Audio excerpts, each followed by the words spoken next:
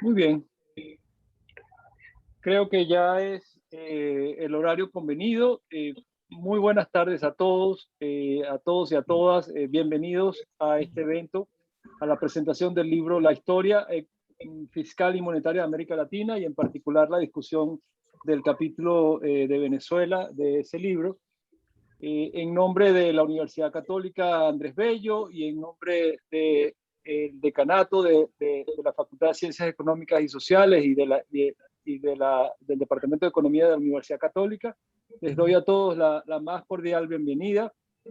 También lo hago en nombre de CAF, el Banco de Desarrollo de América Latina, que ha co-auspiciado y coordinado la realización de este evento.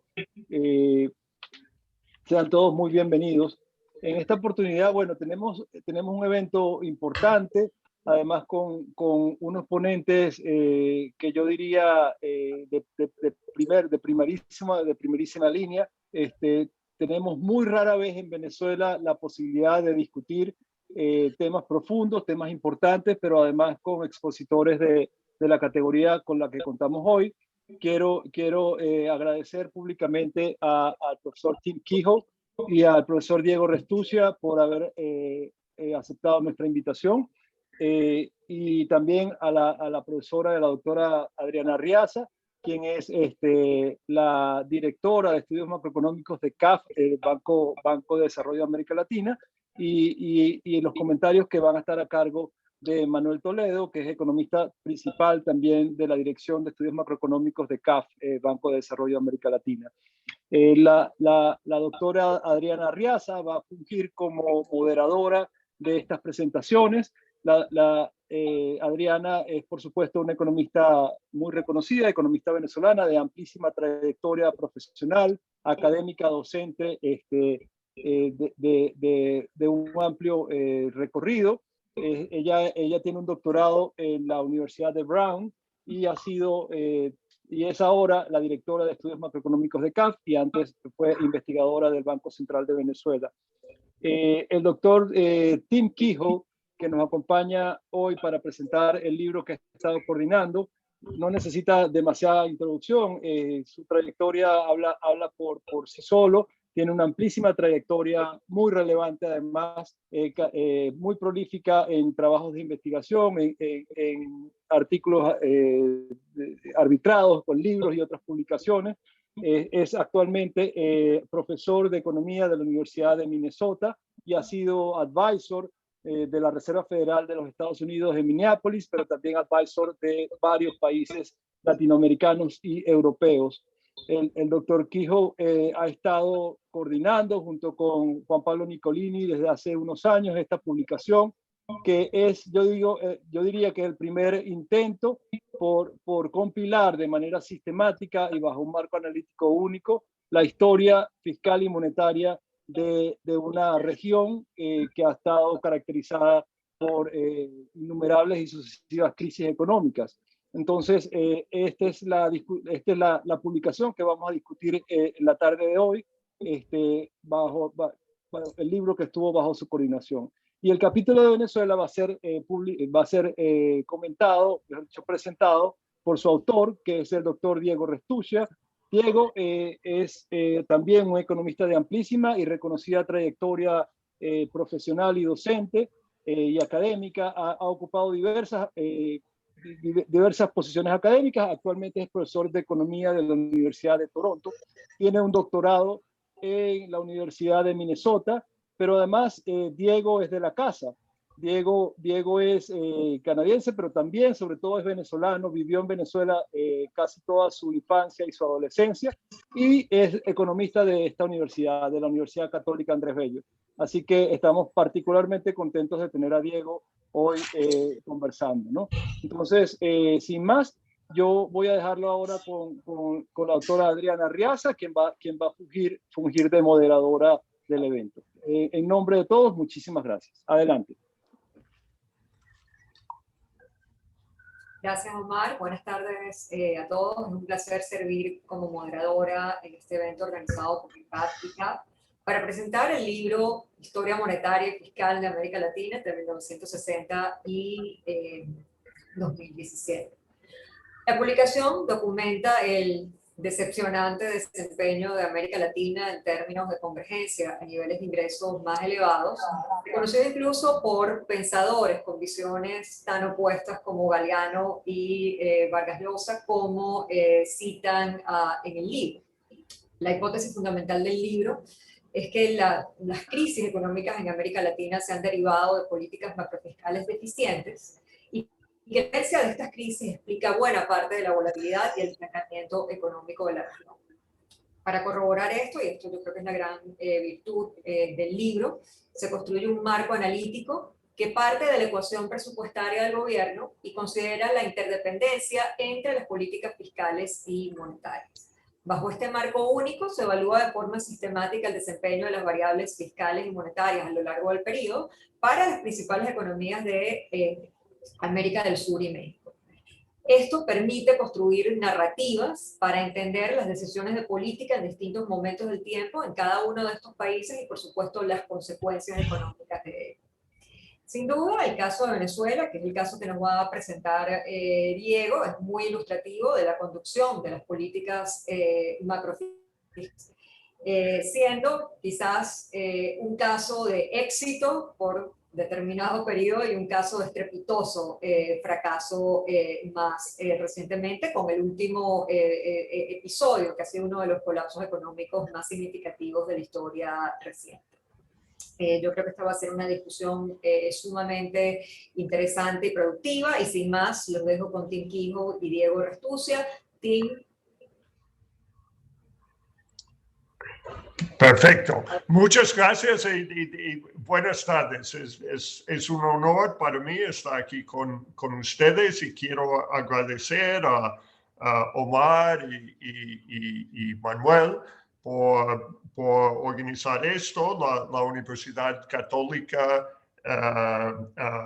Andrés Bello y CAF, el Banco de Desarrollo de América Latina.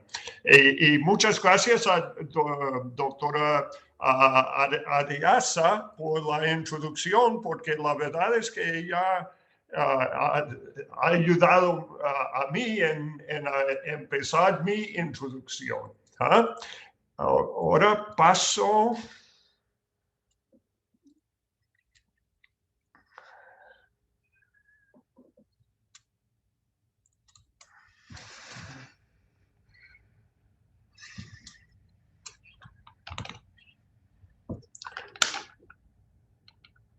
Vamos. Juan Pablo Nicolini y yo hemos estado trabajando en organizar este libro de hace 11 años y va a salir de verano. Ya hay una versión electrónica que es disponible online. Lo que yo voy a hacer es hablar del enfoque general que utilizamos, sin poniendo mucho énfasis en el caso de Venezuela, porque tenemos aquí Diego Restucia, que va a discutir su capítulo del libro sobre este tema. Lo que yo voy a hacer es hablar de qué hemos aprendido. Juan Pablo y yo, que hemos aprendido Juan Pablo y yo en los 11 años que hemos puesto en este proyecto. Pero y es el capítulo, el último capítulo del libro que hemos escrito con nuestro amigo Carlos Esquivel, que durante los últimos 3 años de editar, organizar el proyecto, Él era como alumno del doctorado de Minnesota, nuestro ayudante, pero al final ha ayudado tanto en el proyecto que hemos hecho a Carlos, que ahora es profesor en la Universidad Pública de New Jersey, Rutgers, es profesor asistente allá. Aquí estamos. Y la doctora Areasa ya ha hablado de esto un poco, y corriendo el riesgo de utilizar palabras malas en español. Yo paso mucho tiempo en España y el español promedio habla mal todo el tiempo, pero en América Latina la gente es más sensible. Pero Mario Vargas Llosa, en la segunda frase de su libro famoso, la novela Conversación en la Catedral, pregunta en qué momento se había jodido el Perú. Y estamos haciendo esta pregunta para todos los 11 países en nuestro conjunto de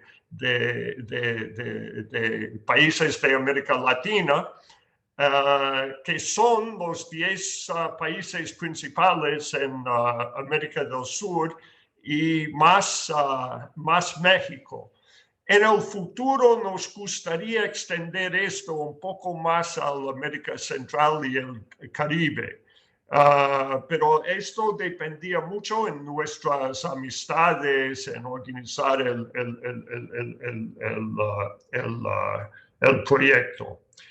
Y es nada más lo que profesora Areasa ya nos ha dicho. Si miramos a la historia de América Latina y hacemos una comparación con los países pobres de Europa o el este de Asia, después de la Segunda Guerra Mundial, estos países han crecido mucho. Y si hubiéramos preguntado a un economista experto en América Latina en 1960, ¿qué va a pasar en América Latina? Nos hubiera dicho, yo veo el futuro muy bien para América Latina. Pero ya casi 70 años más tarde, o más que 70 años más tarde, es que no hemos hecho muy bien.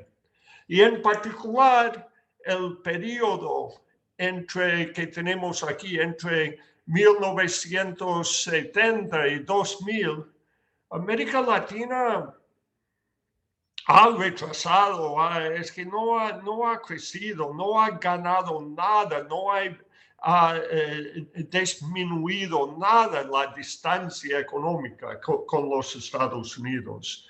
¿Y por qué? Porque nuestra hipótesis es porque había una falta de disciplina fiscal. Y esto resultó en crisis tras de crisis, que resultaba en algunos países en hiperinflación. Y aquí estoy pensando en los países de hiperinflación como Bolivia, que era el peor, pero Argentina, Brasil, Perú.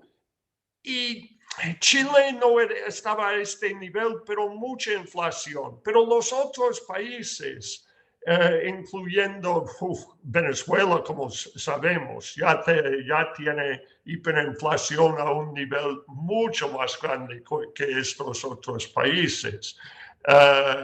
Pero antes, en los años 80, no, estaba con un grupo de países con menos inflación, a una inflación grande, al tamaño de 100% por año en vez de miles de por ciento por año, pero también todos estos países han tenido como fracasos de desarrollo económico parecidos. Entonces, la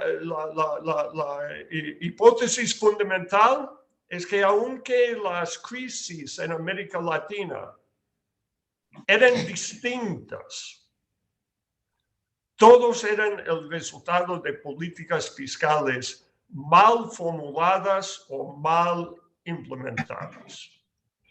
Y lo triste de historia es que los que no estudian la historia están condenados a revivirla.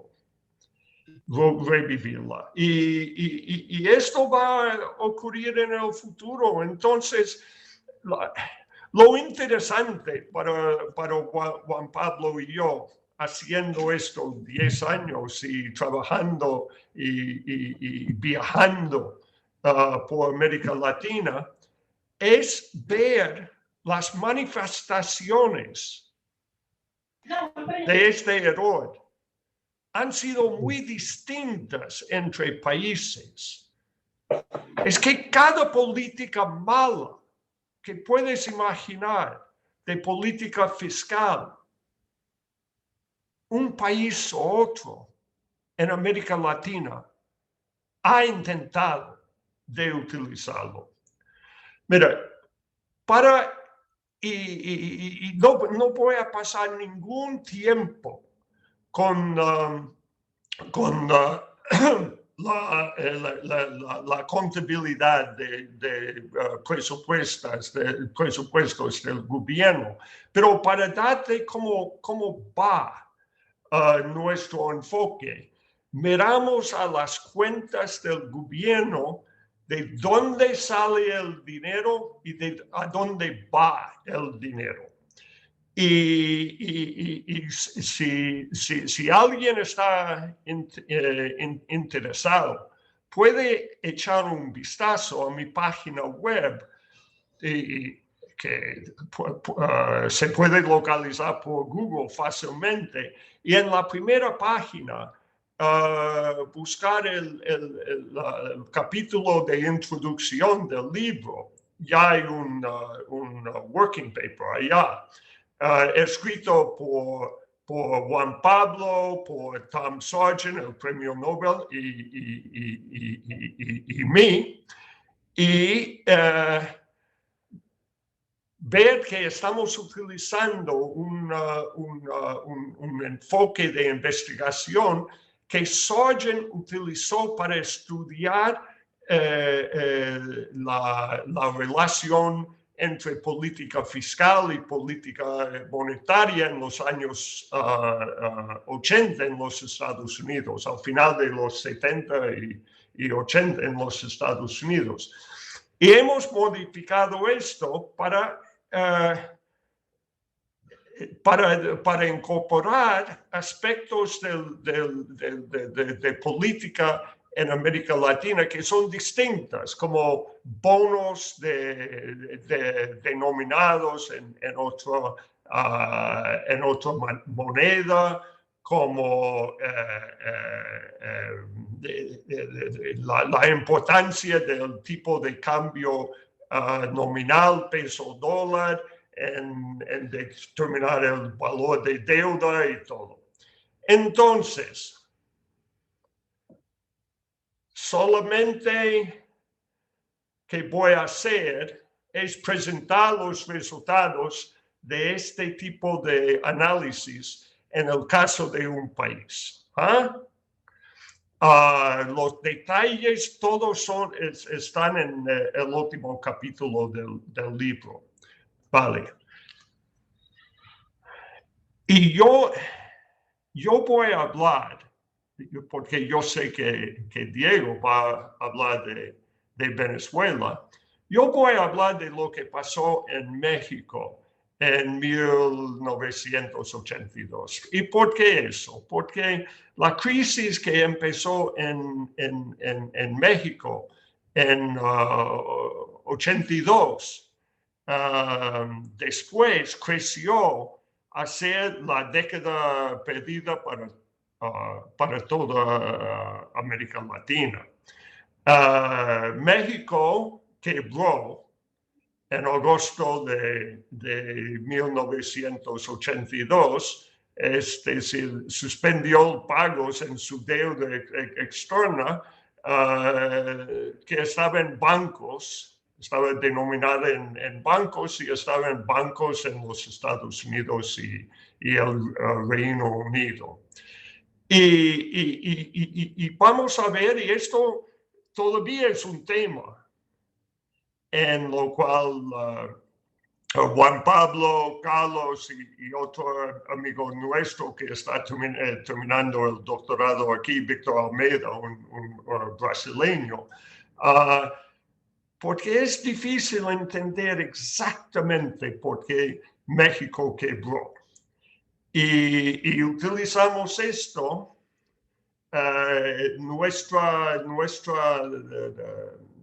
contabilidad de presupuesto gubernamental para ver lo que pasa. Y la verdad es que hemos decidido que lo que ocurrió en México en 82 era como la tormenta perfecta de la película. Es que todo de choques externos que podían ocurrieran a la vez, en términos de caída en el precio del petróleo, subida en tasas de interés externas, presiones fiscales dentro del país. Y vamos a echar un vistazo de lo que hemos aprendido estudiando esta presupuestaria gubernamental en el periodo clave, los 3 años antes de la crisis y los 3 años después de la crisis. Y aquí tenemos las fuentes de fondos en la presupuestaria gubernamental. ¿Y qué vemos aquí? Emisión de deuda interna, emisión de deuda externa, emisión monetaria y señoraje. Señoraje es lo que ganas por imprimir dinero. Y obligaciones. Obviamente tenemos el déficit primario, la diferencia entre gastos y impuestos, servicio de deuda interna, servicio de deuda externa. Y una cosa que es fascinante, que durante crisis en varios países, pero no todos, en muchos años, pero no todos, tenemos como gastos del gobierno, obligaciones del gobierno que no podemos identificar, están fuera de los libros. Es decir, el nivel de democracia en estos países eran distintos, pero hay algo escondido en todo caso del Congreso Nacional. Y si miramos a esta cosa que llamamos transferencia, vemos que son gigantes estos números exactamente durante la crisis. Es decir, la situación estaba fuera de control porque estaba fuera de control. Ni sabemos ahora. Tenemos indicaciones. En el caso de la transferencia, mucho fue por el presidente. Tengo que decir, ¿dónde estuve yo en 1982? Si alguien se ve mi foto, no va a creer porque piensa, oh, este chaval es joven y todo. No, yo había terminado el doctorado y yo estaba trabajando en México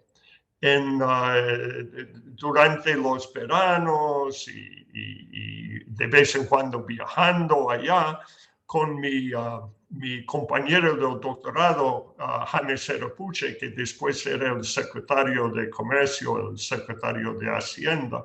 Pero en esta época estábamos trabajando con Leopoldo Solís, el gran historiador económico de México, en proyectos sobre México. Y yo veía todo esto de primera mano.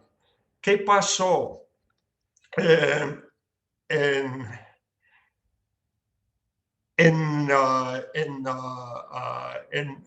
1982? México decidió no repagar su deuda, pensando que iba a poder renegociar la deuda con los bancos en los Estados Unidos y Inglaterra. Y no podía hacerlo, porque de golpe parecía que todos los países en América Latina también iban a quebrar. Esto iba a poner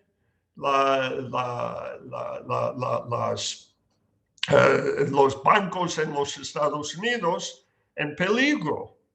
Y el Fed y la Secretaría del Tesoro de los Estados Unidos no permitía a los bancos a decir que la deuda estaba mala. Arreglaron préstamo para México y unos otros grandes países que los países tenían que utilizar solamente para pagar interés en la deuda, para mantener la ficción que iba a pagar. Y al final de los años 80, los bancos en los Estados Unidos han tenido la oportunidad de recapitalizar el banco y teníamos el plan Brady.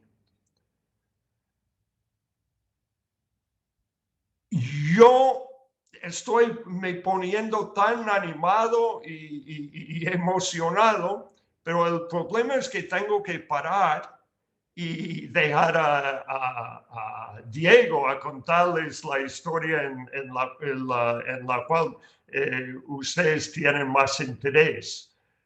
Pero es interesante, y estoy intentando hacer propaganda para el libro, ver los detalles de cómo el gobierno, en este caso el gobierno mexicano, durante esta crisis, para ganar fondos, han robado la clase media de México a un nivel que era un escándalo, incluyendo, por ejemplo, los padres de mi amigo Jaime, con los cuales yo pasaba este verano. La historia, exactamente como México ha hecho esto, es distinto, aunque suena a cosas que el gobierno argentino implementó un poco después. El mundo está mejorando. En México, por ejemplo, las transferencias ahora no son tan grandes. Hay más disciplina fiscal, al menos en los informes a dónde va el dinero. Argentina, Brasil, Chile, Paraguay, Uruguay también no tienen tantos fondos fuera de los libros.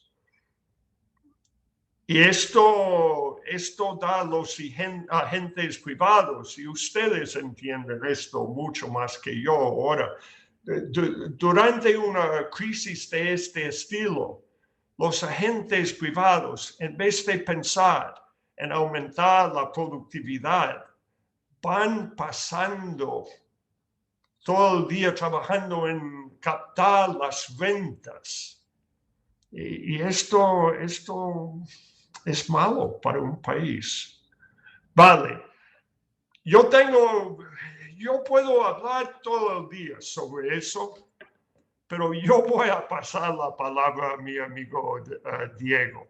Si alguien tiene interés, puede ir a mi página web y buscar este capítulo, Lessons from the Monetary and Economic History of Latin America. Y ojalá un día tengamos una traducción al libro a español y a portugués, pero por el momento está en inglés. Muchas gracias. Muchas gracias, profesor Quijo.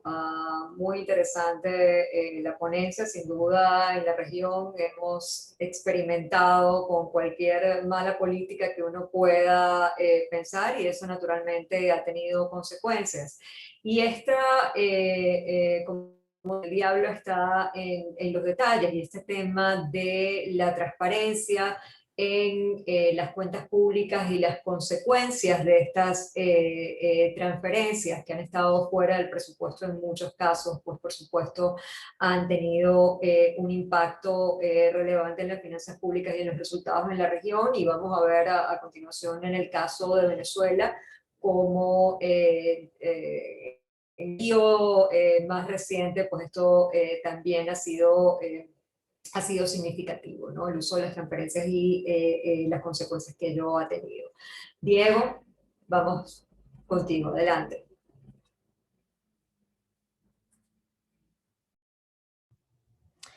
Muchas gracias, Adriana.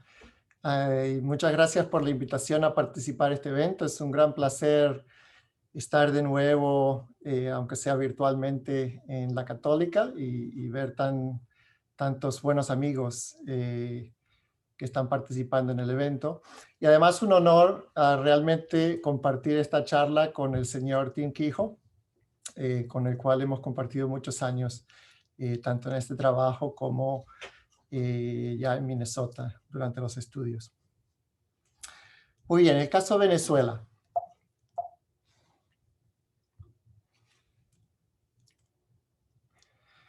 Venezuela es uno de los episodios más dramáticos e interesantes de crecimiento y colapso, y quizás esto no es noticia muy nueva para muchos de ustedes.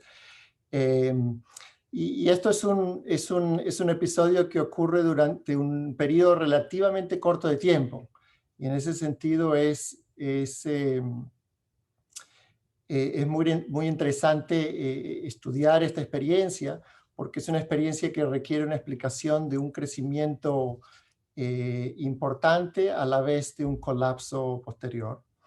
Obviamente el proyecto no logra capturar todos los aspectos que logren explicar este episodio, ya que el estudio se focaliza en el desempeño fiscal y monetario entre un periodo muy específico de tiempo, no un contexto tan histórico. Y por tanto limita un poco el análisis que se puede hacer. En este contexto, el periodo es un periodo, en el caso de Venezuela, un periodo de contracción económica relativa. La mayoría del crecimiento de Venezuela y de su acercamiento hacia las economías desarrolladas sucede anteriormente a 1960. Entonces, si bien esto da una conexión un poco tenue con el desarrollo, sin embargo, una de las cosas que hemos visto en este estudio sistemático comparativo de estas economías es que, si bien los detalles difieren entre ellos, muchos de los aspectos que son relevantes en términos del desempeño económico son bastante comunes. y por tanto permiten un aprendizaje de lo que son aspectos institucionales, como lo que hablaba Tim sobre esos aspectos de un poco de fiscalización hacia las actitudes y políticas del gobierno. En el caso de Venezuela es importante porque también da perspectivas sobre intervención muy específica gubernamental en áreas de la economía. Y eso lo vamos a ver muy claramente en el detalle del desempeño económico. Cuando yo hablo de Venezuela, a mí me gusta, básicamente me focalizo en tres gráficos. Yo pienso que un poco la perspectiva histórica del desempeño macroeconómico de Venezuela se puede realmente ver en tres gráficos que se los voy a mostrar aquí. Uno es quizás el más conocido, es el desempeño macroeconómico de Venezuela históricamente comparativo a una economía desarrollada, en este caso la economía de Estados Unidos. Y como podemos ver, nos da idea de lo que es el ingreso real por persona de Venezuela relativo a Estados Unidos en un periodo extendido de tiempo, donde vemos esta observación que yo les comentaba anteriormente de un crecimiento muy extendido, muy importante a partir de los años 20 hasta a finales de los 60, quizás los 70, y luego una caída importante hasta niveles más bajos hoy. Y obviamente una pregunta es, ¿por qué? ¿Cómo logramos explicar este crecimiento tan importante, un milagro de crecimiento y un colapso? Y mucho de lo que se refiere a lo que es el aspecto institucional de Venezuela, la injerencia gubernamental, aspectos institucionales que son relevantes, se pueden prácticamente observar mirando lo que es la producción de petróleo en Venezuela históricamente. Y en este gráfico, en la línea anaranjada, es la producción, y es la que me voy a focalizar. Obviamente, a partir de los años 20 se descubre petróleo, una gran expansión en la capacidad de producción de petróleo en Venezuela. En este momento Venezuela es un país abierto. Muchas de estas inversiones, mucha de esta producción surge de empresas multinacionales. Mucha inmigración, un gran proceso de cambio estructural que realmente transforma la economía venezolana de una economía agrícola a una economía industrial, de una economía rural a una economía urbana. Y lo que vemos es un viraje en esta tendencia de capacidad de producción que se revierte parcialmente en los años, al finales de los 80, en los 90, y que si miramos datos actuales, uno tendría que poner la producción anual de petróleo alrededor de los 220.000 barriles, 220.000 millones de barriles. Por lo que eso representa, relativo al pico del 1970, que hoy Venezuela produce 75% menos barriles de petróleo de lo que lo producía en su pico.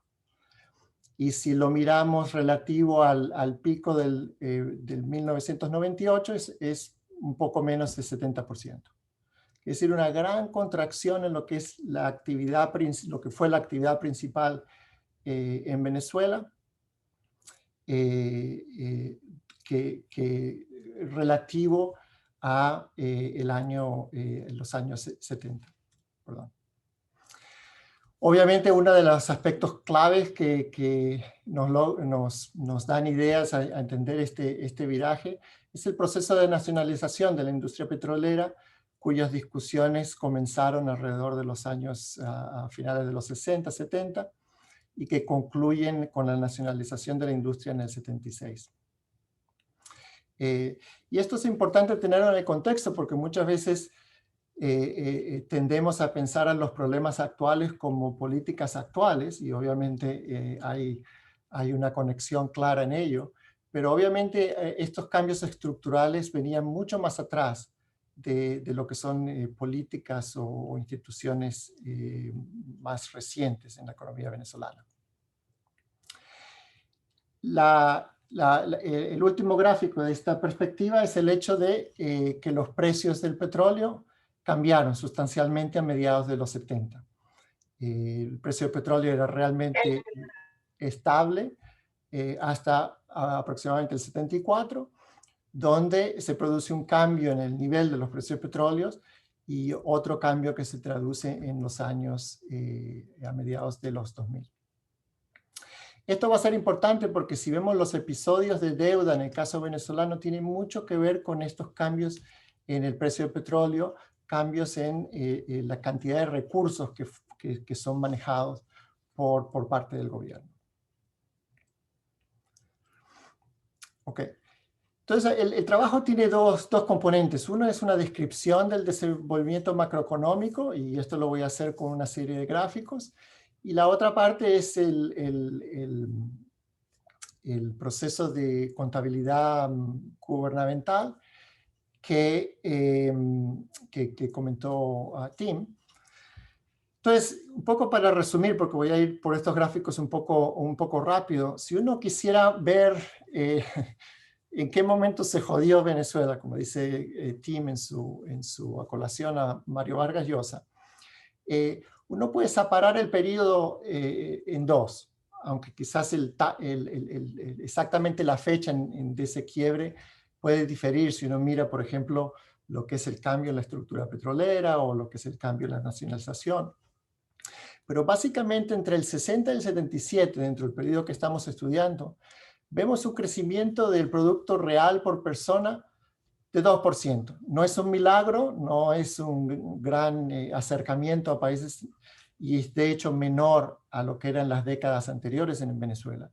Pero este era un periodo de estabilidad macroeconómica relativa. El déficit fiscal era bajo, inflación bajo, deuda bajos. Y sin embargo ya habían grandes cambios estructurales que en parte explican el cambio en las siguientes décadas. Luego de este periodo, a partir del 78, lo que se ve es una gran contracción en la actividad económica, un promedio anual de 1% o 0.8% en el caso del 99 al 2016. Pero esto conlleva también una importante inestabilidad macroeconómica, incremento en deuda, inflación. No inflación tipo otros países latinoamericanos, pero para el contexto histórico venezolano, una inflación importante. Lo que separa este segundo subperíodo del anterior es que la inestabilidad macroeconómica viene acompañada de inestabilidad política y un gran deterioro en las instituciones.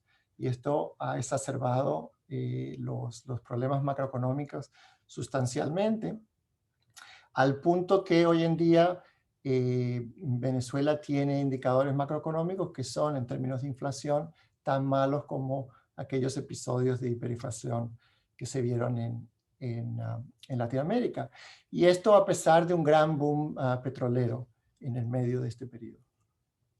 Okay. Entonces, los estudios tienen un análisis sistemático de estos países. Otra cosa buena de estos estudios es que toda la data es accesible a todos los investigadores que quieran contribuir y avanzar más en estos proyectos. Y entonces hay tres indicadores macroeconómicos que son comunes, son analizados de forma común en todos los estudios. Es el Producto Real por persona, la inflación y el déficit fiscal. Entonces les muestro estas tres gráficas que en parte muestran la observación que comentaba anteriormente, de que si bien el periodo del 60 al 74 es un periodo de crecimiento, no es un milagro, pues es un periodo de crecimiento, y cómo este crecimiento real se deteriora a partir del 77. Inflación, hasta el 84 la inflación venezolana era esencialmente la inflación externa de Estados Unidos, y este proceso cambia después de ahí a ciertos procesos inflacionarios, incluyendo la actual situación hiperinflacionaria.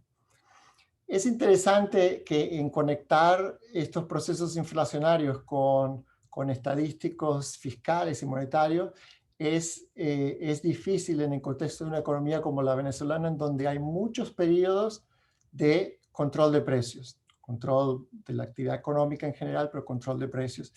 Entonces, en casos particulares uno ve que ciertos incrementos en inflación muchas veces tienen que ver con programas de reforma que sinceran muchos precios en la economía. Y por último, el déficit fiscal.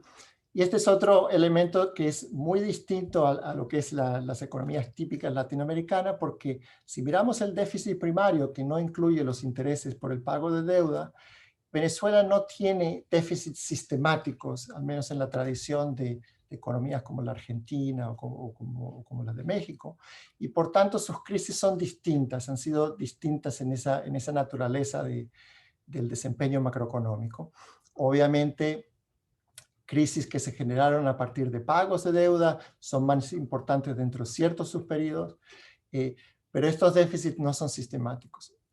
Lo otro que vemos en esta gráfica es que eso ha cambiado a partir de mediados de los 2000, en donde los déficits fiscales, tanto primario como el total, son sistemáticamente negativos y obviamente en parte explican este cambio en el proceso inflacionario en la economía venezolana. Okay. Es muy interesante ver, les mostré la gráfica del boom del precio del petróleo y cómo esto podría afectar la economía venezolana. Una forma muy sencilla de ver esto es combinar el precio real del petróleo con el cambio en el producto por persona real. Y como vemos, hasta el año 74 había poca conexión. Mucho del crecimiento era en parte el crecimiento de la industria petrolera y como esto se transfería hacia el resto de la economía en otras actividades de desarrollo. Y esto cambia a partir del 74, donde los precios petroleros incrementan la cantidad de recursos que pasan a través del gobierno. Es más una transmisión fiscal que una transmisión productiva. Y esta transmisión fiscal muestra muy claramente cómo, a partir de este momento, el comportamiento, el desenvolvimiento de la actividad económica depende mucho de los precios petroleros. Vemos cómo se relacionan muy estrechamente a partir del 74. Esto obviamente, esta transmisión fiscal también se refleja en las cuentas del gobierno.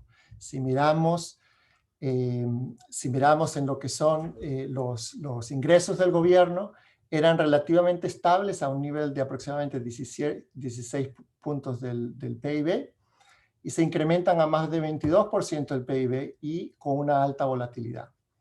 Lo mismo observamos para los gastos. Eran relativamente estables y relativamente bajos. Se incrementan a partir del 74 con el incremento de ingresos petroleros y se traducen en una alta volatilidad. De hecho, esta alta volatilidad, si uno compara estadísticos de ciclos de la economía venezolana con economías en desarrollo, a partir del 74 la volatilidad prácticamente se triplica y es 3 o 4 veces más de lo que es las típicas volatilidades en economías desarrolladas. Por tanto, esto es, en términos de desempeño macroeconómico, muy importante. Indicadores de deuda. Obviamente es importante la definición, aunque en el caso venezolano hay problemas porque la deuda incluye gobierno central, empresas públicas, cuyas deudas están garantizadas por el gobierno central, pero no incluye PDVSA o Banco Central.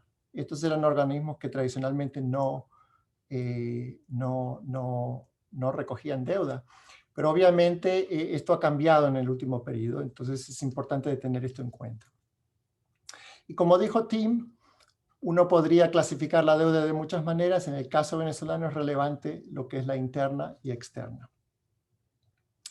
Si uno mira el estadístico más común que miramos para esto es la deuda como porcentaje del PIB.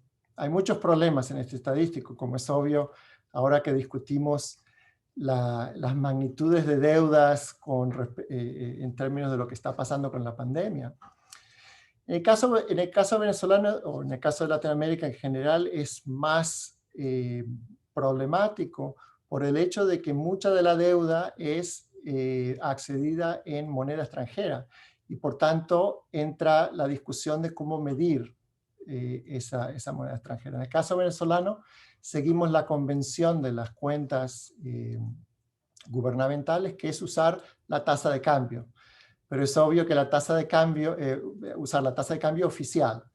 Es obvio que la tasa de cambio oficial varía mucho a la tasa de mercado en distintos periodos y por tanto eso hace que la magnitud de la deuda pueda ser completamente distinto. Por ejemplo, en el caso, la línea azul es esa tasa de mercado oficial. Si uno en el año 86 midiera la deuda externa a tasa de mercado, la deuda sería más de 150% del PIB. Y al final del periodo, en 2016, si uno mirara la deuda a tasa de mercado en lugar de tasa oficial, la deuda sería entre 4 y 5 veces más que el PIB. Lo otro que es interesante en Venezuela es ver que estos periodos de crecimiento en la deuda externa están asociados con los periodos de boom petroleros. Es decir, boom petroleros no son periodos en donde se pagan deudas y se ahorra para cambios en los precios en el futuro. Son periodos en donde el gasto se incrementa, en donde se pide prestado aún más. Y por último es esta conexión de inflación y crecimiento que siempre es interesante tratar de relacionar y que en el caso venezolano, como les comentaba anteriormente, no cumple el patrón tradicional por las características específicas de la economía venezolana. En el caso del periodo hasta el 84, tiene que ver que la inflación es la inflación externa de Estados Unidos. Y en este periodo tenemos una tasa fija de cambio atada al dólar americano. Pero esta relación entre el contexto monetario y la inflación sigue un patrón más común en las economías latinoamericanas, especialmente en el periodo de los 80, donde los precios se movían más libremente. En el periodo de los años 2000 hay mucho control de precio, por tanto no es fácil establecer una relación. Y cuando miramos el periodo más reciente de hiperinflación, hay una clara conexión entre lo que es el cambio de la masa monetaria y la inflación. Okay. Entonces ahora la contabilidad presupuestaria. Y esto fue, pienso yo que es un ejercicio muy interesante y donde, como Tim mencionaba, es algo donde se puede ahondar aún más, en el sentido de que prácticamente cada episodio uno podría construir una cantidad de historias y ahondar mucho más en cada episodio. Entonces, aquí se intenta poner esta contabilidad en el contexto del periodo completo, con alguna relación a ciertos eventos de políticas o ciertos eventos que pasaron en cada contexto, pero lo cierto es que mucho más se podría hacer si uno se pudiera focalizar en un periodo particular o tratar de extender lo que es esa parte de transferencias que hablaba Tim, en términos de tratar de entender exactamente cuáles son las fuentes fundamentales de esas transferencias. Entonces, sin repetir la contabilidad que habló Tim, lo importante es que los 4 elementos de fuentes son deuda doméstica interna, deuda externa, cambios en masa monetaria y la tasa de inflación. Y en el caso de las obligaciones son el déficit primario, las transferencias que son, como comentó Tim, un residuo que no hemos podido explicar, y el retorno de las deudas interna y externa. Y estos son los resultados principales para Venezuela. Si miramos el periodo, el promedio del periodo completo, una cosa que vemos claramente es que las transferencias, si bien en magnitud no son tan sustanciales como en el caso de México, son relativamente importantes. Todas las obligaciones, en términos de proporción, provienen de estas transferencias. Quizás en el caso venezolano, mucho se podría hacer mirando el contexto de las empresas, digamos, fuera del gobierno central, en empresas básicas. Uno podría encontrar un gran componente de esto. obviamente hay otros componentes que habría que contabilizar. Y en términos de cómo se financió esto, si miramos el promedio, es el impuesto inflacionario. ¿Okay? Ahora, si miramos a los subperiodos, vemos que este promedio oculta muchas diferencias entre los distintos periodos, y como debe ser. Hablábamos en el caso del año 75 al 86, por ejemplo, podemos ver cómo las transferencias, si bien son importantes, tanto como en el promedio, la forma como se financió es mayoritariamente con deuda externa. Este fue uno de los periodos donde hubo un gran incremento en deuda externa. Esto cambia en el periodo más reciente, entre el 2006 y 2016, donde vemos que si bien también las transferencias son importantes, vemos también que el déficit primario es sustancial, casi de 3 puntos porcentuales del PIB. Y esto fue financiado con una gran incapacidad de emitir deuda, sobre todo al final del periodo, fue financiado con el impuesto inflacionario. Y como vemos, estas transferencias, si bien son importantes en todos los periodos, en magnitud, son realmente importantes en esos periodos de boom petrolero que hablábamos anteriormente. Ok. Supongo, Adriana, me avisas cuando esté cerca de mi tiempo límite. Este periodo más reciente es interesante y pienso que habría que hacer un estudio más detallado de este periodo en particular. Es el que conforma más tradicionalmente con estos episodios de déficits, problemas de financiación, inflación. Es interesante desde el punto de vista de la conexión de política y quizás conexión con aspectos más generales del desarrollo, porque lo que vemos en este periodo es una intervención extrema en actividad económica, expropiación de empresas privadas, una gran dependencia en importaciones, menos transparencia en actividades de deuda, donde vemos, por ejemplo, préstamos con petróleo a futuro en el caso de cierta deuda con China, o financiación o deuda de PDVSA. Reforma parcial del Banco Central que permite al gobierno acceder a parte de reservas internacionales, y una gran contracción económica asociada con este periodo.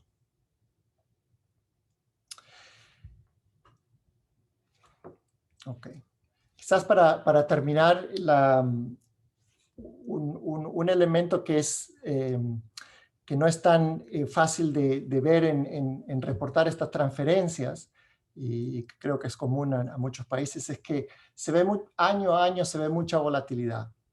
Y una cosa interesante, especialmente en el caso venezolano, es entender cuál fue o cuál es la oportunidad perdida de este proceso de falta de contabilidad en términos de esas transferencias. Porque estos son recursos que obviamente si van a programas sociales o proyectos productivos puede tener un resultado distinto a que si es corrupción, por ejemplo, o programas ineficientes.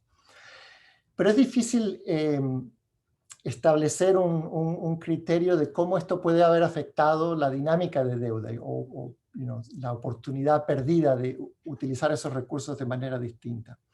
Entonces, una forma de demostrar esto es hacer un ejercicio contrafactual en donde podamos ver la dinámica de la deuda asumiendo un patrón distinto de estas transferencias. En este caso voy a asumir un patrón extremo donde estas transferencias no son cero. Entonces, lo importante es que estas transferencias se acumulan sustancialmente a lo largo del tiempo. Y vemos los dos periodos de episodios de acumulación de transferencias son los episodios de acumulación de deuda que pasaron en mediados de los 70 y 80 y ahora a final de mediados de los 2000. Y la pregunta es, ¿qué hubiese pasado en términos de la deuda, de la dinámica de la deuda, si esto no hubiese ocurrido? Y esto nos ayuda a entender, por ejemplo, cuán importante es mejorar las instituciones y las reglas que tengamos a este proceso de gasto. Los resultados son dramáticos. Estas transferencias desde el comienzo, si bien año a año no son gigantescas, pero acumulan, estas transferencias revertirían la deuda a un fondo soberano que equivaldría al 50% del PIB en los años 90, 100% del PIB en los años 2000 y 180% del PIB en el año 2016. Es una magnitud gigantesca de recursos para los cuales no hay mucha contabilidad. Como relación, si uno compara el Fondo Soberano de Noruega, que es uno de los casos más exitosos de fondos soberanos de petróleo, ese fondo soberano equivale a 200% del PIB en Noruega. Por tanto, esa es la magnitud de la pérdida, de la oportunidad perdida de Venezuela de tener un fondo soberano que permita un desarrollo a futuro. Y creo que es interesante entenderlo porque, como dijo Tim, las crisis o los eventos volverán a repetirse siempre y cuando no estemos preparados con instituciones más fuertes que permitan un desempeño económico distinto. Con eso termino. Quizás me gustaría enfatizar algo que dijo Tim, y especialmente si hay economistas jóvenes en la audiencia que estén interesados en trabajar en estos temas. Obviamente el detalle sobre la composición de estas transferencias es fundamental para entender qué instituciones necesitamos para mejorar este desempeño. Quizás focalizar en periodos más específicos, y yo creo que en el caso de Venezuela el periodo más reciente sería fundamental que nos permita mejorar el entendimiento de lo que es la estructura de la deuda, porque obviamente ha cambiado en el tiempo, y estas transferencias y su impacto en el desenvolvimiento macroeconómico. Y obviamente, quizás un tema que, dado mi trabajo, es para mí muy importante, es entender el episodio venezolano como un caso de Gran Depresión. Tim y Ed Prescott tienen un volumen fascinante de grandes depresiones en muchos países. Creo que si escribieran el libro en estos días, el caso Venezuela sería uno de los primeros capítulos a estudiar, pero pienso que esto es un episodio, cuando hablamos del 2013 a hoy, una contracción de actividad económica de más de 50%, es un episodio que claramente debemos entender para no repetir en el futuro. Muchas gracias. Muchas gracias, Diego, por tu presentación. Sin duda, bastante ilustrativo ese cambio en las políticas macrofiscales del periodo y quizás los resultados que hemos tenido más recientemente. Vamos a pasar ahora a los comentarios a cargo de Manuel Toledo. Manuel.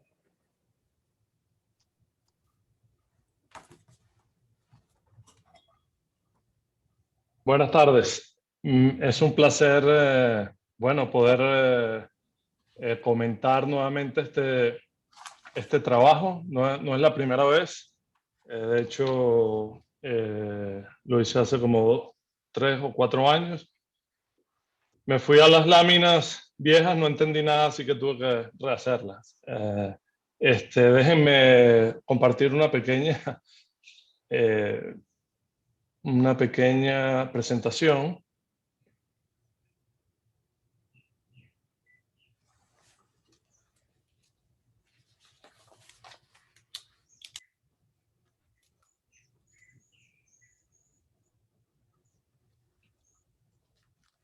Bueno, nuevamente es un placer hacer algunos comentarios. Quizás voy a ser un poco repetitivo, pero en cosas que me parecieron interesantes. Y también es bueno ver tantos amigos en la audiencia, ¿no? Entonces, bueno, ¿qué hacen Diego y en general qué hace este libro? Bueno, hace básicamente, o creo yo que lo más importante y que es el hilo conductor de todos los capítulos del libro, es un ejercicio contable a partir de la identidad presupuestaria del sector público consolidado, que por un lado tiene diferentes fuentes de financiamiento, con endeudamiento de diferente tipo y señoriaje. Y por el otro lado tiene, bueno, las obligaciones, en particular el déficit, bueno, el servicio de las deudas y algo que llamaron transferencia, que no es otra cosa que un residuo de las cosas que no sabemos, ¿no? Por diferentes razones. Y este ejercicio nos permite, como ya nos presentó Diego, determinar la importancia de las diferentes fuentes de financiamiento y las diferentes obligaciones, ¿no?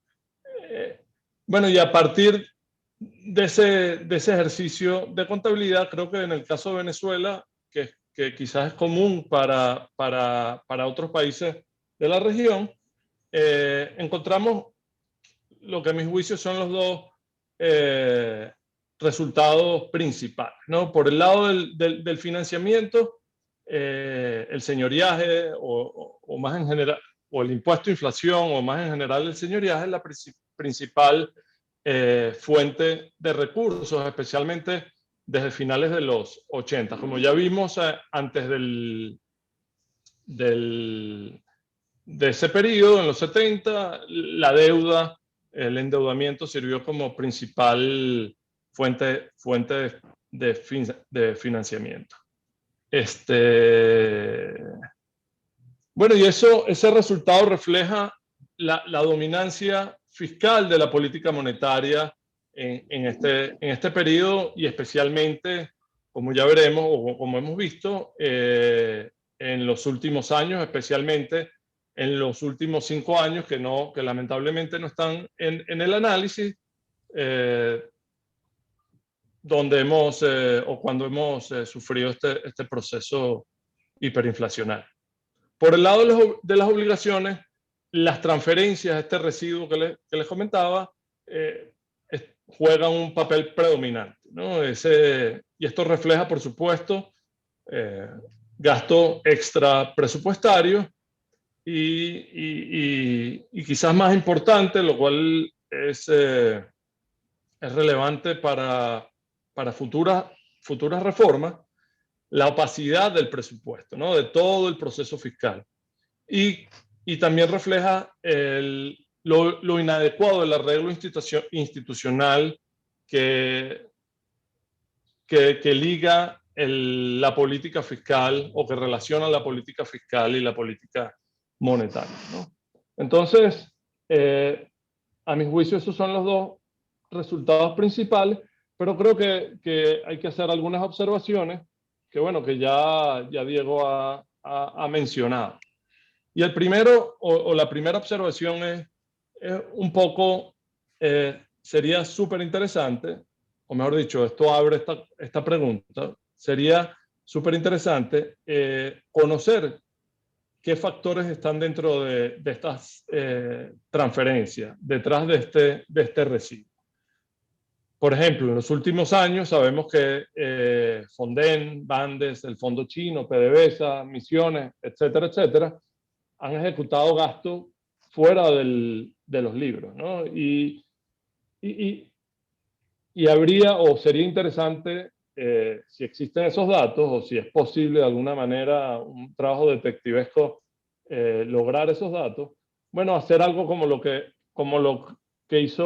se hizo en el capítulo de Chile, que tratan donde mapean los residuos obtenidos en el ejercicio de contabilidad con ciertos gastos y otras partidas que logran conseguir, ¿no? Eso nos ilustraría de qué está compuesto este residuo. La segunda observación, que también algo de eso nombró Diego, y se limita, digamos, al último periodo analizado, de 2006 al 2016, omite fuentes muy importantes de financiamiento externo. Por un lado está la deuda de PDVSA y la deuda bilateral con China y Rusia, que en conjunto, al menos para 2017, según algunos cálculos, representan cerca del 60% de la deuda externa total. Además, en ese periodo también hubo una importante liquidación de activos externos, ¿no? Entonces, que también, bueno, supusieron recursos para financiar gasto, ¿no? Y esto tiene dos implicaciones importantes para los resultados. Por un lado, se subestima la importancia claramente del endeudamiento externo en esta última etapa y por supuesto, como resultado, sobreestima la importancia al menos relativa del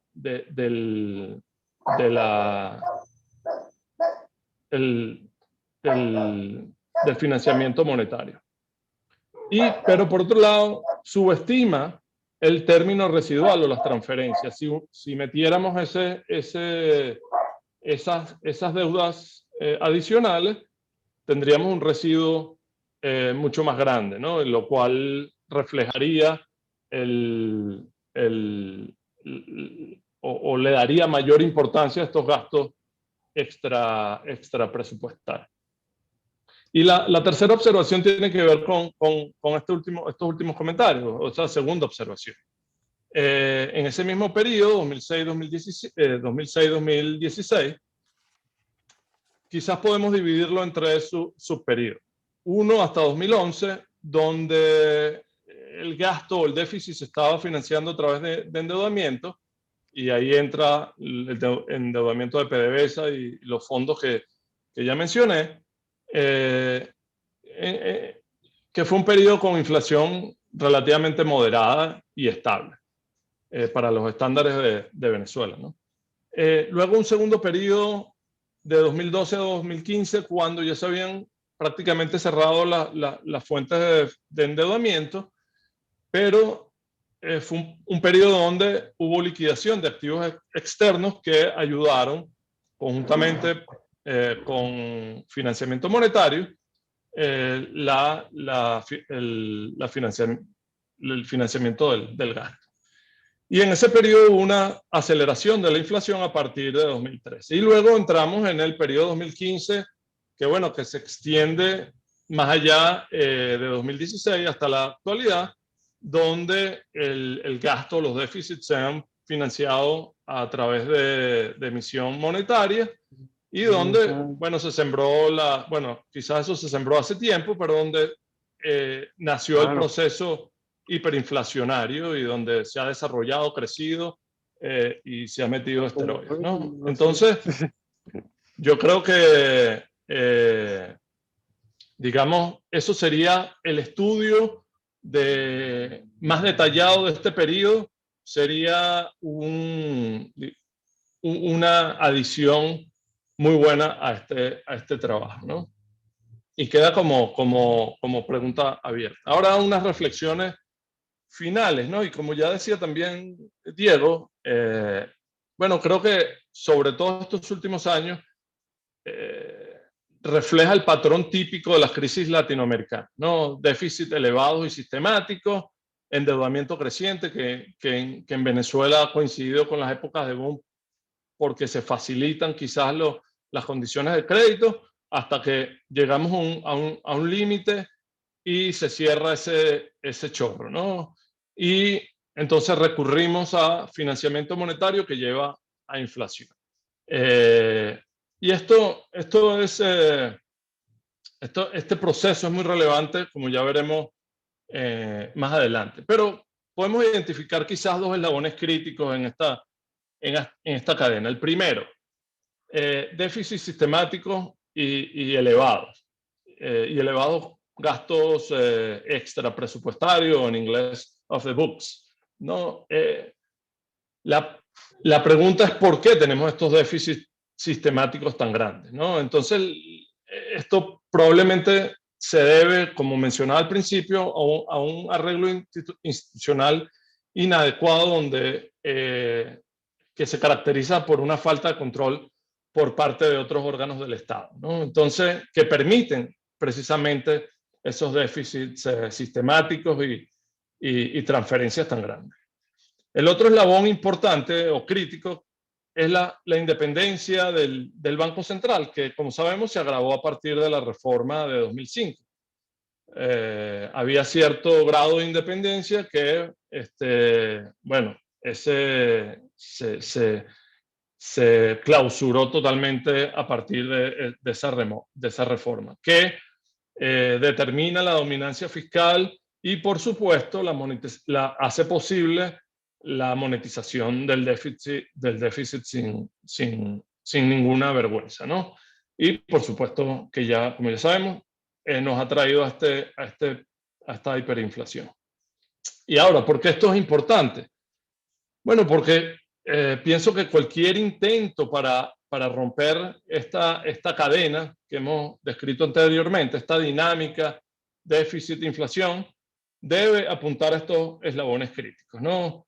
En particular, cualquier reforma estructural, en mi opinión, que pueda ser exitosa, quizás eso no lo garantiza, pero debe tenerla, es que el arreglo institucional debe garantizar una mayor supervisión y control y transparencia del presupuesto y ciertas reglas fiscales que impidan precisamente que tengamos estos déficits elevados y sistemáticos, ¿no? Y en segundo lugar, un banco central realmente independiente que no permita la monetización del déficit. Otros aspectos que debe considerar esta reforma quizás son, que creo que es un punto clave que nos ha llevado en parte hasta donde estamos, es bueno, aumentar la presión tributaria. Venezuela actualmente, bueno, y desde los 90, incluso antes, tiene una presión tributaria de alrededor, más o menos, del 14% del PIB, ¿no? Cuando, por ejemplo, los países de la OECD tienen un 33% y Latinoamérica, que ya es baja en comparación con estos países, tiene en promedio un 23%. Entonces, creo que es fundamental que ampliar esta fuente de financiamiento y no recurrir de manera tan importante al endeudamiento y, por supuesto, menos aún ¿cómo se llama?, al financiamiento monetario para financiar el gasto público. Y finalmente, sí, ya voy a terminar. Y finalmente otro, creo que como también comentaba Diego, un fondo de estabilización petrolero fundamental. Y ahora sí, para terminar, ¿existe otra forma de romper esta dinámica, esta cadena? Bueno, sí, en lugar de atarnos las manos, como haría esta reforma estructural, bueno, podemos cortárnoslas, ¿no?, directamente, ¿no? Y dolarizar la economía. ¿Es conveniente? Bueno, quizás sí, quizás no voy a entrar a discutir eso. La pregunta es, y eso viene antes, si es inevitable, ¿no? Y probablemente, o quizás no ya es inevitable ir hacia recorrer o llegar a una dolarización completa y de jure, ¿no? Tenemos un colapso de los saldos monetarios reales que han llevado a un mínimo el financiamiento monetario. Y por otro lado, la recaudación tributaria también es bajísima gracias a la dolarización informal de la economía, bueno, que tiene también, por supuesto, que ver con el colapso de los saldos reales y al efecto Tansi, como muchos saben, ¿no? Bueno, hasta aquí mis comentarios. Nuevamente, muchas gracias y quedan abiertas, supongo, que las preguntas. Muchas gracias, Manuel. Efectivamente, tenemos tiempo para algunas preguntas. Y de tus comentarios se desprende un poco la importancia de las instituciones que están detrás de esas decisiones de política que han tenido los resultados que conocemos. En ese sentido, hay una pregunta que si bien está dirigida a Diego, yo creo que Diego puede responder, pero también sería interesante tener un poco la visión de Tim, y es sobre instituciones pueden pensarse para, o que han sido más efectivas, dado la experiencia en la región, para lidiar con flujos externos volátiles. Este no es solamente un problema que afecta a Venezuela, afecta a muchos países de América del Sur, y esto en términos monetarios y cambiarios, por supuesto, ha implicado dificultades y volatilidad para la región. Entonces, ¿qué tipo de instituciones podrían pensarse para, digamos, mejor en aquellos países que, digamos, han tenido un mejor desempeño reciente macroeconómico, y en el caso de Venezuela, para que la historia no se repita? No sé quién quiere comenzar. ¿Empiezo yo? Ok. Ok. Sí, quizás Tim pueda comentar más en términos de experiencia comparativa. Yo no hay casos demasiado exitosos a mi manera de ver en términos de esta separación institucional. Quizás Chile sería el mejor ejemplo, pero estoy seguro que aún allí uno podría encontrar muchas mejoras en el aspecto institucional. Yo miraría más hacia una economía más desarrollada. Obviamente, cuando se descubrió petróleo en Noruega a mediados de los 60, en los 70, ya Noruega era una economía más rica con aspectos institucionales más determinados. Pero ese para mí sería un buen modelo si se pudiese implementar. Yo creo que las ideas básicas ya las mencionó Manuel, y creo que en cierta forma las ideas están todas ahí. Se habló de esto en los años 90, algunas cosas se implementaron. Y el problema es que tanto como independencia del Banco Central, como la creación de un fondo macroeconómico, como reglas más claras al endeudamiento. Por ejemplo, Venezuela se instauró una oficina asociada al Congreso para evaluar políticas de proyectos, etc. Y todas esas buenas ideas colapsaron en términos de su viabilidad política. Es decir, son instituciones que se crearon, iban en la dirección correcta, pero que no fueron sustentables. Y para mí ese es la gran rama de implementación. Creo que de hecho aquí en esta audiencia las ideas están allí. Yo creo que la gente más o menos está de acuerdo en los eslabones principales.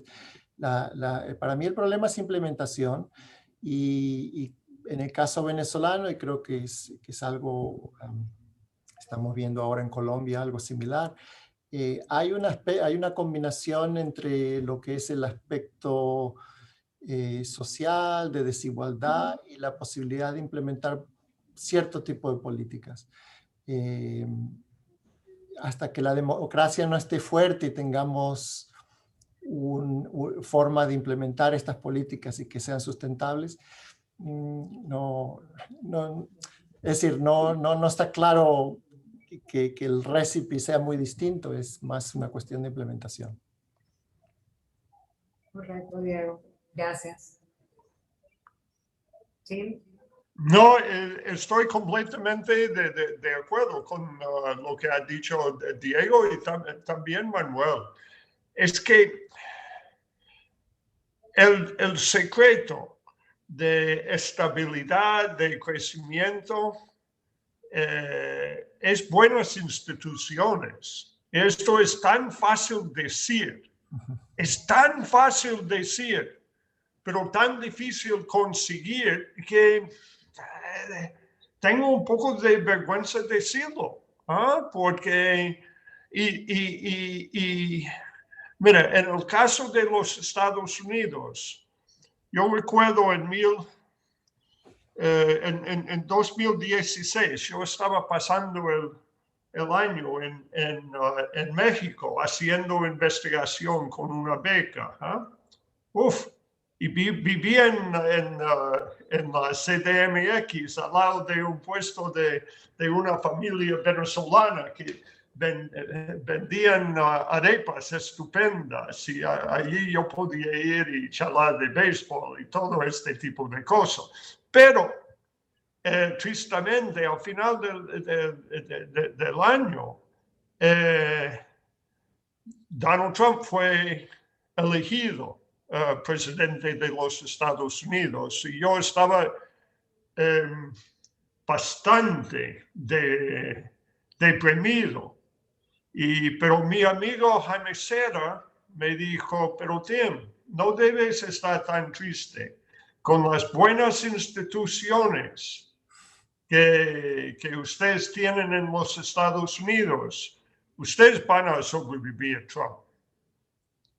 Casi hemos sobrevivido, pero Donald Trump casi destruyeron las instituciones que tenemos. Mira el caso de México. México iba más o menos bien. Y ahora va mal. Es que las buenas instituciones son cosas preciosas y son difíciles conseguir. No sé. Es decir, estoy de acuerdo con Manuel y Diego, pero casi es una respuesta demasiado fácil, ¿no, amigos? Buenas instituciones no son fáciles. Claro, allí la pregunta está, ¿qué es lo que hace posible esas buenas instituciones o qué las ha hecho posible en momentos de la historia en algunos de los países y qué imposibilita que tengamos esas buenas instituciones en otros contextos? Creo que tenemos espacio para un comentario y una pregunta. El comentario se refiere al caso de Venezuela y tiene que ver un poco con el tema del subsidio cambiario, ¿no? En el caso de Venezuela, esto se entiende como la diferencia entre el tipo de cambio oficial y el tipo de cambio paralelo, que por definición no aparece como una transferencia o gasto explícito en las cuentas fiscales, pero no puede dejar de ser, digamos, esto es uno de los mecanismos importantes de transferencia de recursos del fisco en forma de programas sociales, y también es un subsidio a grupos económicos, a los hogares o al sector privado. En algunos años este subsidio alcanza entre 5 y 8% del PIB, de manera que es algo significativo. Y algo, digamos, similar ocurre con el subsidio en la gasolina, y por supuesto esto es algo que también vemos en otros países de la región, los subsidios a los combustibles o algunos de los utilities. ¿Crees que valdría la pena ajustar las cuentas venezolanas para tomar en cuenta esta particularidad que termina explicando, digamos, una buena parte del déficit del sector público consolidado? Y esto, por supuesto, también es una prioridad para el caso de otros países. Es decir, está claro que este es un issue y que se aplica a economías donde hay estos tipos de cambio diferenciales. Yo creo que lo ideal sería eliminar esa distorsión, y fue un proceso que se intentó a finales de los 80, y que pienso yo, si uno lograra separar los aspectos políticos y todos los aspectos que hubieron de tensión social durante ese periodo, desde el punto de vista económico creo que fue exitoso. Por tanto, para mí, mi recomendación siempre es, lo mejor es eliminar las distorsiones, no cambiar las accounts para reconocerlas, aunque entiendo que en términos de aplicación de política siempre se ha hecho un paso intermedio en donde se reconozca el sistema dual y se elimine un poco al menos la distorsión en la parte contable. Un poco para volver al comentario, si tengo un minutito más, al comentario de qué se podría hacer. Yo creo que algo que Venezuela comenzó y que comenzó para mi manera de ver muy tarde, ya había mucha crisis acumulada para que ese proceso fuese exitoso, fue el proceso de descentralización. Yo creo que es un elemento que ha ayudado a países como Estados Unidos a sobrevivir a Trump, pero creo que otros países a precisamente descentralizar los intereses creados sobre distintos elementos. Por ejemplo, la Reserva Federal es un caso claro de ello, donde las decisiones de la Reserva están basadas en decisiones, en opiniones de todas las regiones de Estados Unidos. Ellos tienen su interés y previene una situación democrática dentro de esa institución. Yo pienso que el proceso que comenzó en Venezuela, donde ya los gobernadores eran electos públicamente, las autoridades locales, esa descentralización, incluyendo descentralización en términos de la capacidad de recolectar impuestos y de decidir gastos, pienso que pueden democratizar los intereses en generar un arreglo que sea más estable.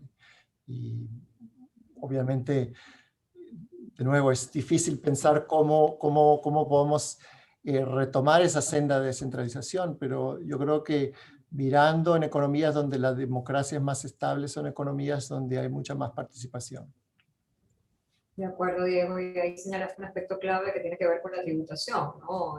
Yo creo que, digamos, un aspecto de desarrollo que puedan tributar, y en América Latina en general, y en Venezuela, por supuesto, tenemos presiones tributarias que tienden a ser bajas, y eso de algún modo, pues, no termina de consolidar esa relación del Estado y el ciudadano que contribuya a gestiones más transparentes y gestiones fiscales más sólidas.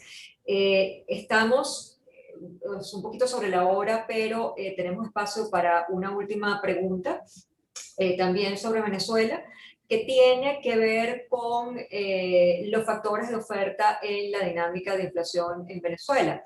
Hay varios factores que afectan la oferta agregada negativamente, entre ellos las depreciaciones, fricciones financieras, y esto, digamos, con este enfoque se ha determinado que esto tiene un impacto en la inflación como, digamos, choques de oferta recurrentes. Consistente con este enfoque, la deuda externa excesiva también podría tener un impacto en la inflación, oferta agregada, es decir, un endeudamiento fiscal significativo disminuiría la disposición de los productores a ofrecer bienes. ¿Qué mecanismo teórico podría explicar esta conexión a tu juicio?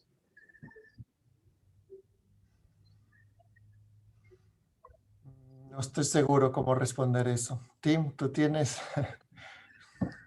Sí, no, de alguna manera como ligar estas recurrentes negativos de oferta con la dinámica inflacionaria, y si de alguna manera la imposibilidad digamos, de importar porque tienes una restricción de deuda, etcétera, te determina esa dinámica de choques recurrentes de oferta que te afectan la dinámica de los precios. Eso es lo que entendería un poco de la pregunta.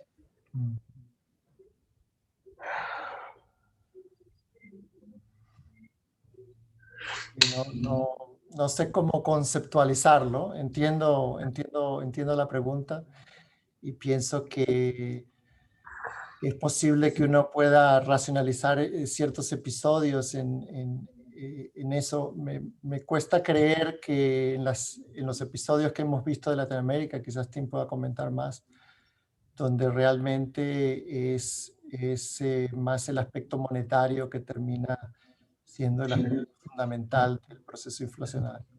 No, y estoy de acuerdo con Diego. Hay imbalanzas, balanzas en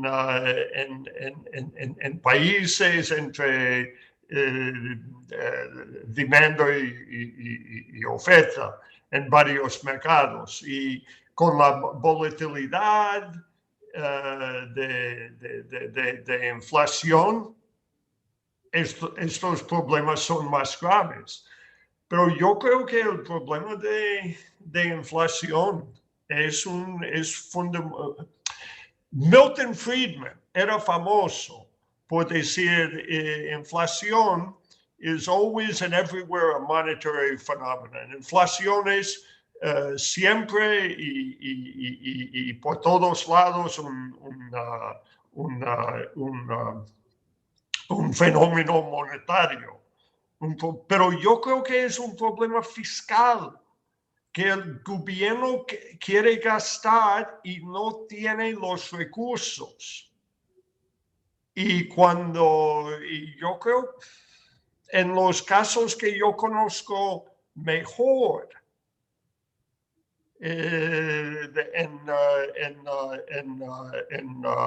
Bolivia, en Argentina, eran problemas fiscales, más que imbalance de...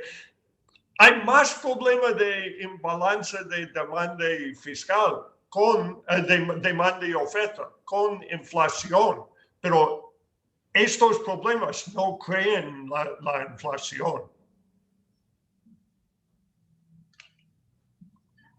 ¿Qué crees, Diego? No, estoy de acuerdo. Y creo que estos estudios, una cosa muy interesante de